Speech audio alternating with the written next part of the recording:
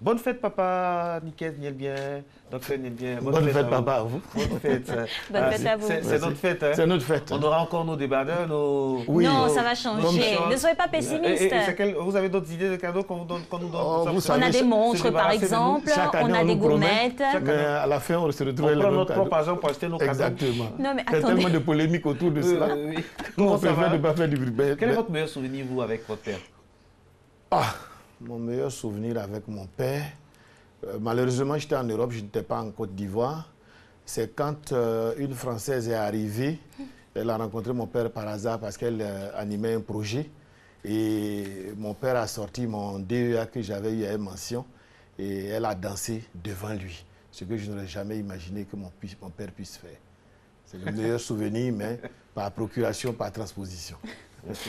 Ça reste déjà dans les mémoires. On a une thématique et puis on a... Et bien évidemment, on va y aller pour notre capsule qui parle bien sûr des papas.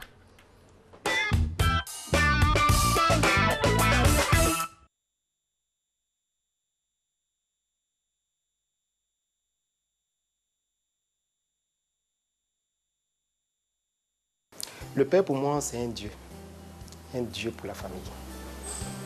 Le père, c'est tout. Le père, c'est le début et c'est la fin. Pour moi, le père des familles, c'est le pilier. C'est le pilier de la famille, c'est le garant moral des valeurs. Et le père est très important dans une famille. Et donc, la présence même dans le foyer exprime toute la confiance de l'enfant. Il semblerait que l'enfant ait davantage besoin d'un cadre solide constitué de plusieurs personnes, dont la maman, que d'un papa. En effet, la fonction parentale occupe une place essentielle dans l'éducation et la construction personnelle de l'enfant. Si l'absence du père peut entraîner un sentiment d'insécurité, celle-ci n'entrave pas le cadre du développement psychique de l'enfant. Généralement, le père, c'est le modèle. Le père, c'est le modèle des petits garçons. Ils sont contents de dire « mon père est ceci, mon père est là, je vais aller voir mon père parce que j'ai tel problème ». Donc pour moi, le père, c'est un peu comme la base arrière des enfants. Et c'est un modèle. C'est pourquoi il est important que le père soit présent. Quand je dis présent, même quand il est absent pour des raisons du travail, il faut qu'on sente que le père est avec les enfants. Et pour moi, la première des fonctions, ça s'appelle la fonction séparatrice. Où le père, d'abord l'enfant est porté par la mère.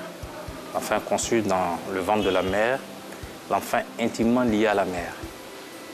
Lorsque l'enfant sort, le père devient celui qui aide la mère dans certaines tâches, celui qui va servir de séparateur un peu entre la mère et l'enfant.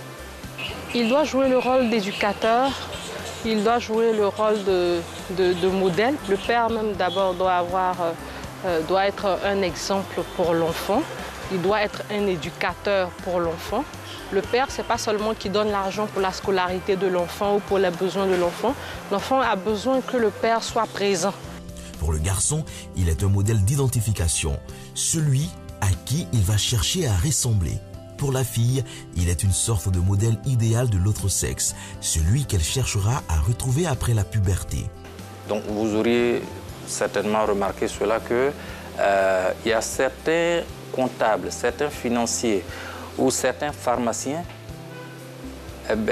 qui ont des enfants qui deviennent comptables, financiers ou pharmaciens parce qu'ils veulent ressembler à leur père. Il y a quelque chose que le père doit pouvoir apporter, il y a des valeurs que le père doit pouvoir inculquer à son enfant. Que ce soit un enfant de sexe féminin ou masculin, quand même le père, il a son rôle à jouer. Il a aussi besoin d'être présent pour observer les enfants et puis rectifier ce qu'il y a à rectifier. Une bonne image du père dans l'esprit de l'enfant lui permettra de jouer son rôle de façon satisfaisante. Vous savez, lorsque le père peut être occupé par les tâches professionnelles et qu'il va à 5 heures, il rentre très tard, l'enfant est déjà couché, au service de soit la nounou de la maison. Mais vous allez constater que cet enfant, généralement, dans son élan, dans son éducation, a toujours cette faiblesse-là, parce que pour l'enfant, le père est un Dieu. Donc le père, il a son rôle et ce rôle est très important à jouer dans la cellule familiale. L'éducation de l'enfant ne doit pas seulement être reposée sur la mère, mais le père doit être présent pour jouer sa partition. Dans cette perspective classique, c'est à la mère d'apporter à l'enfant en bas âge affection et présence active. Le père n'a pas de rôle à jouer avant la fin de l'âge tendre. Revient-il souvent à la mère de faire une place au père? L'éternelle épineuse question, docteur Lesbiens. C'est qui le père? C'est qui le père? Le père, tout dépend de la société de référence.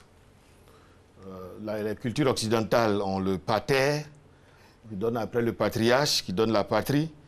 Et l'Africain a toute une construction où on parle du garçon à l'homme et de l'homme au père. C'est-à-dire c'est le jour où socialement ou sociologiquement, on a estimé que biologiquement, vous avez vu prolonger la lignée.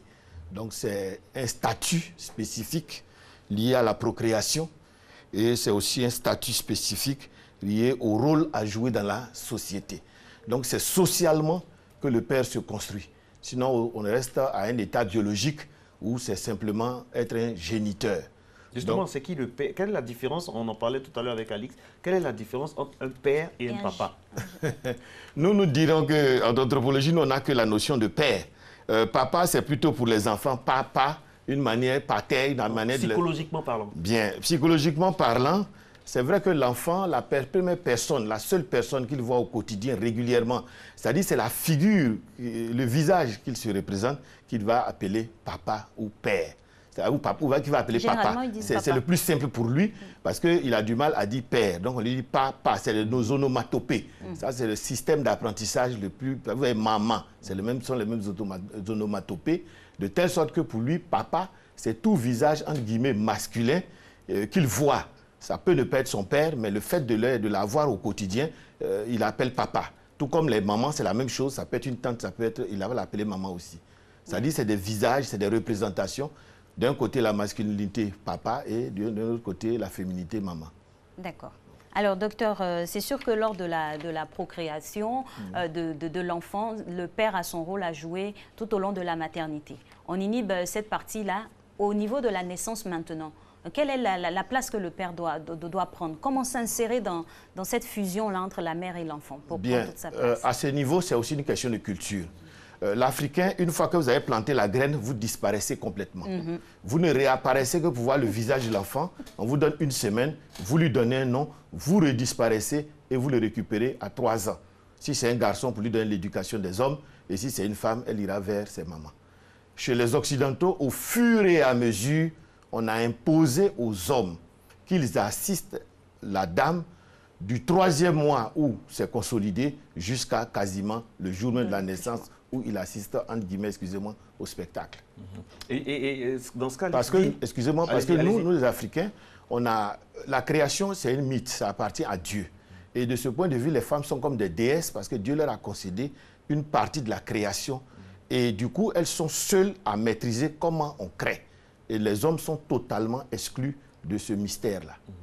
Et c'est tellement vrai ce que vous dites que dans la société occidentale, quand le bébé arrive, on le met sur le sein de sa mère et aussi celui de son père. C'est de plus en plus habituel. Chez nous ici, ce que vous avez dit, hein, il sort peut-être parfois le papa est dans la salle d'attente ou bien en train de fumer ou bien en train de... C'est que les factures qui lui arrivent. Oui, il pense aux factures de la clinique, de l'hôpital, tout ça. C'est toute une éducation à revoir. Hein, pas vraiment. Pourquoi? Parce que nous regardons l'enfant comme l'adulte futur. Nous qui, Africains? Nous, Africains. Okay. Ça veut dire que quand l'enfant naît, on regarde le sexe. Si c'est un garçon, on sait que ça sera l'arrachage, ça sera la séparation. C'est un futur dur, entre guillemets. Et le dur ne montre pas ses émotions. C'est aussi la question de montrer ses émotions ou pas. La procréation, vous êtes d'abord le géniteur. Vous avez fait votre part. Ensuite, les femmes prennent le relais avec le mystère de la création, à savoir de 0 jours de création jusqu'à la naissance physique de l'enfant. Ce sont les femmes qui gèrent tous les mystères. Que ce soit les sœurs, du coup, les sœurs deviennent, les belles-sœurs, donc du côté du papa, prennent le relais. C'est pour ça que l'homme n'est pas absent. Parce que vos belles-sœurs prennent automatiquement le relais. Donc il y a un lien plus ou moins. En fonction de ce qu'elles vous disent, la progression de la grossesse et tout ça, c'est comme si ça continuait le lien. En fonction peut-être aussi de vous, vos verbalisations. Et ce qui est rapporté aussi à madame, c'est comme si le lien était continu sous une autre forme. C'est un lien quasi mystique.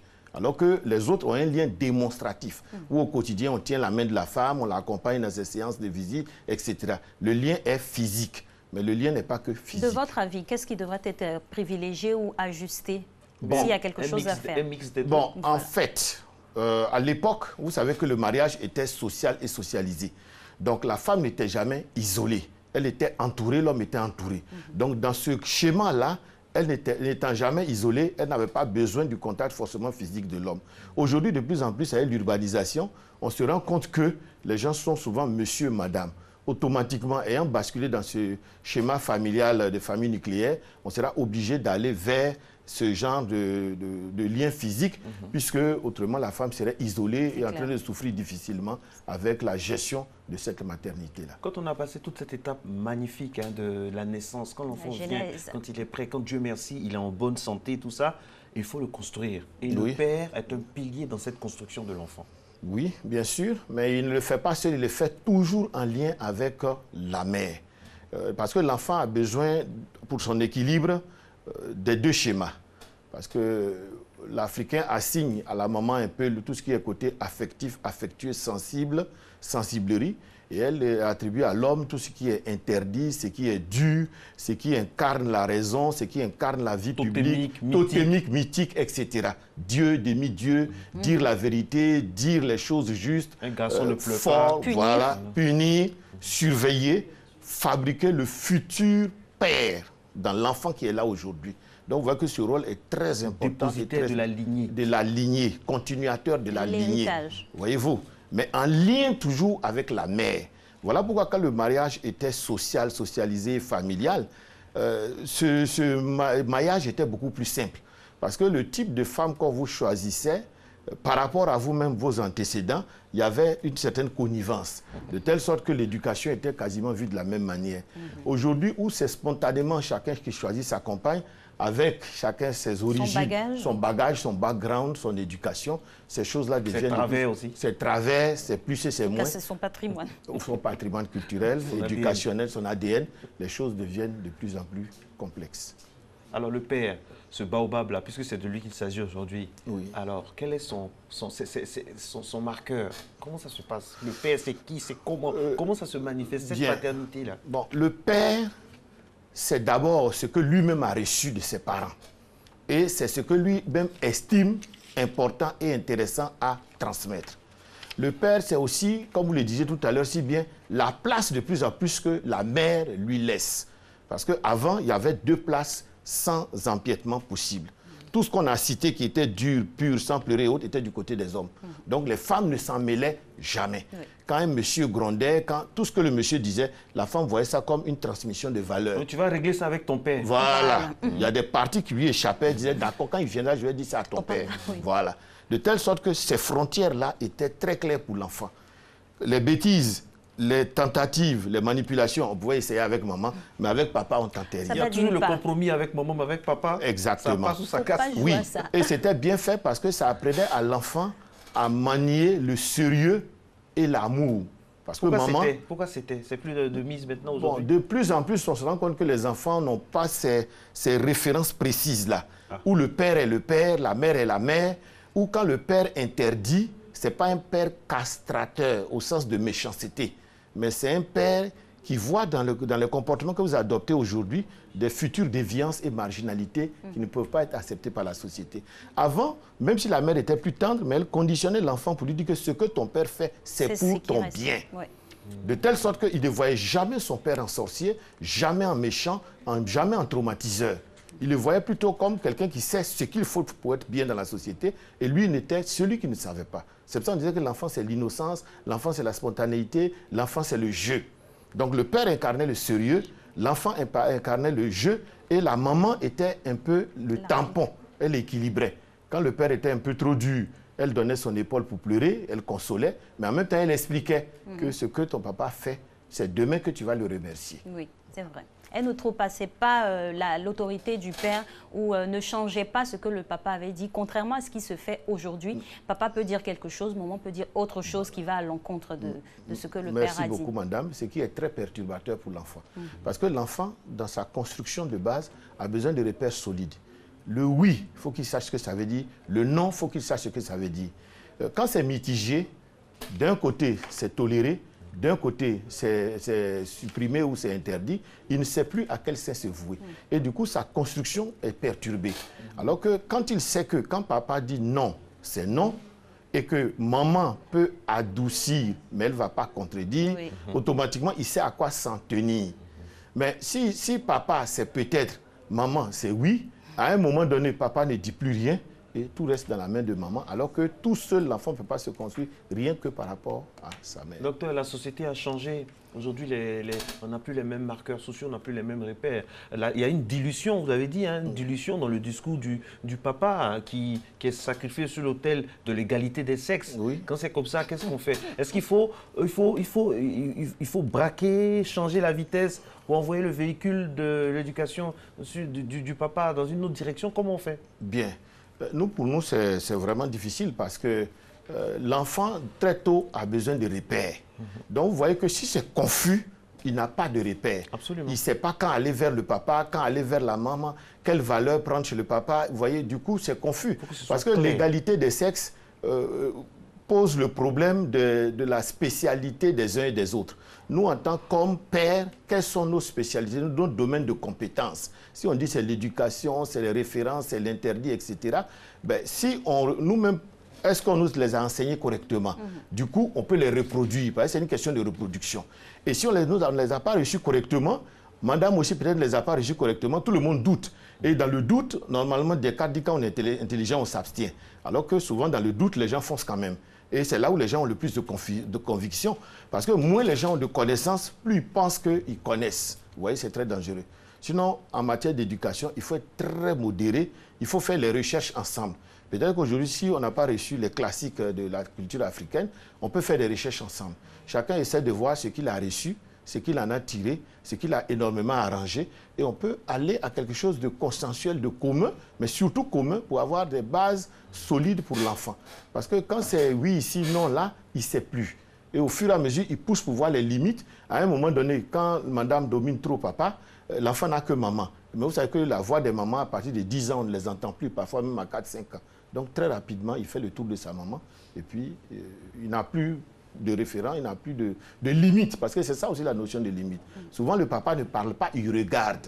Vous voyez, déjà, s'il est très dissuasif avec le regard, alors que la maman, depuis l'âge de 3 mois, 6 mois, elle crie, vous voyez déjà ce que ça peut faire dans la construction d'un enfant. Le regard approbateur, le regard désapprobateur.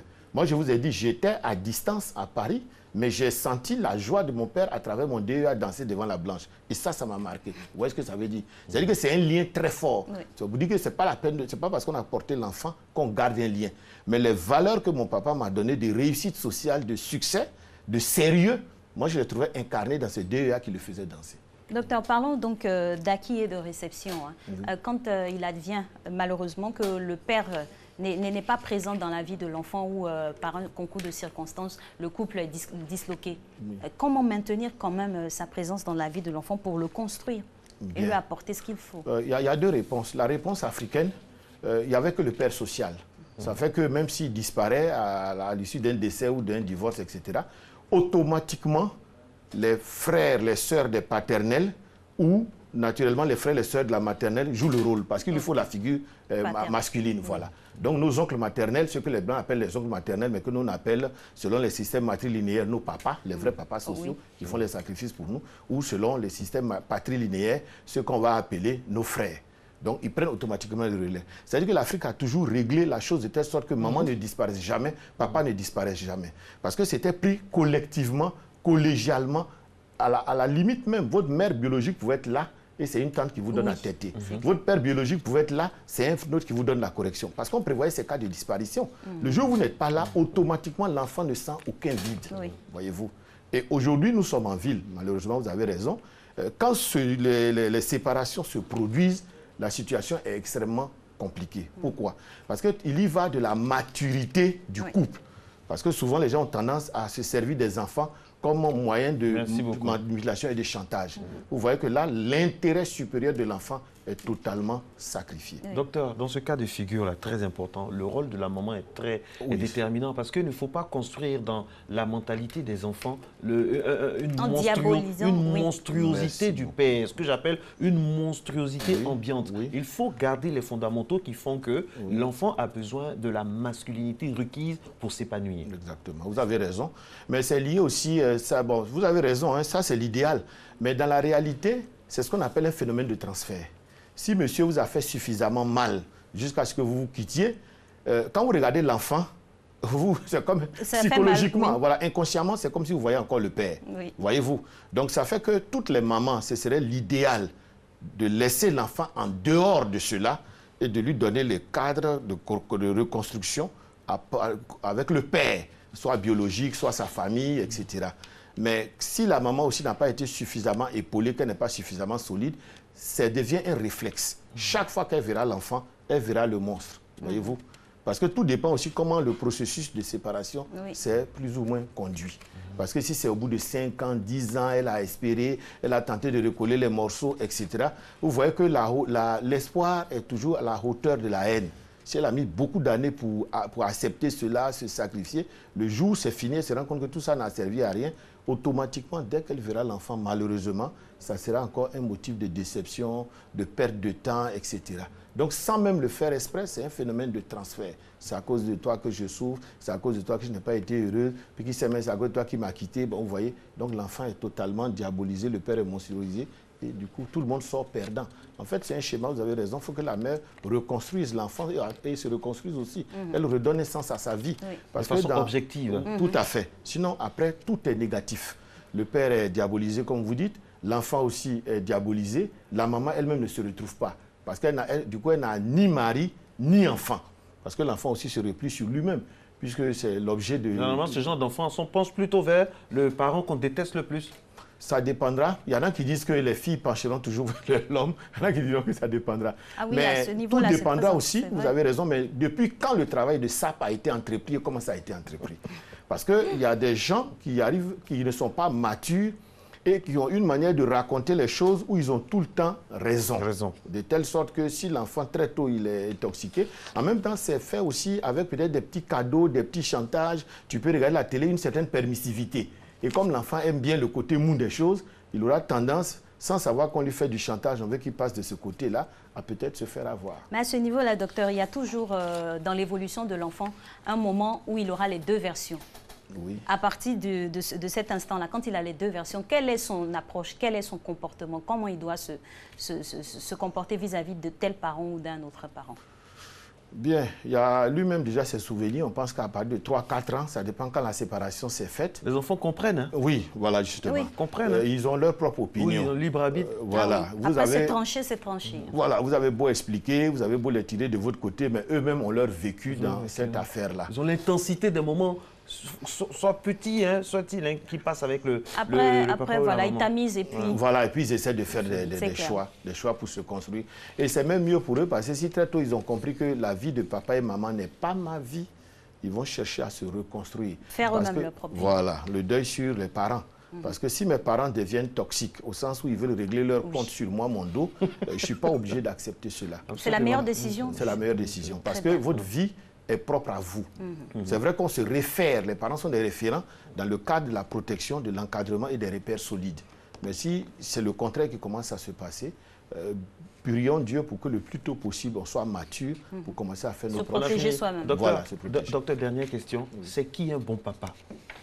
Oh là là, ça c'est dit socialement. Hein. En Afrique, un bon papa... Que ce soit en Afrique de façon mixte. Bon, de manière mondiale, on dira un bon papa, c'est celui qui assure la meilleure réussite sociale à son enfant.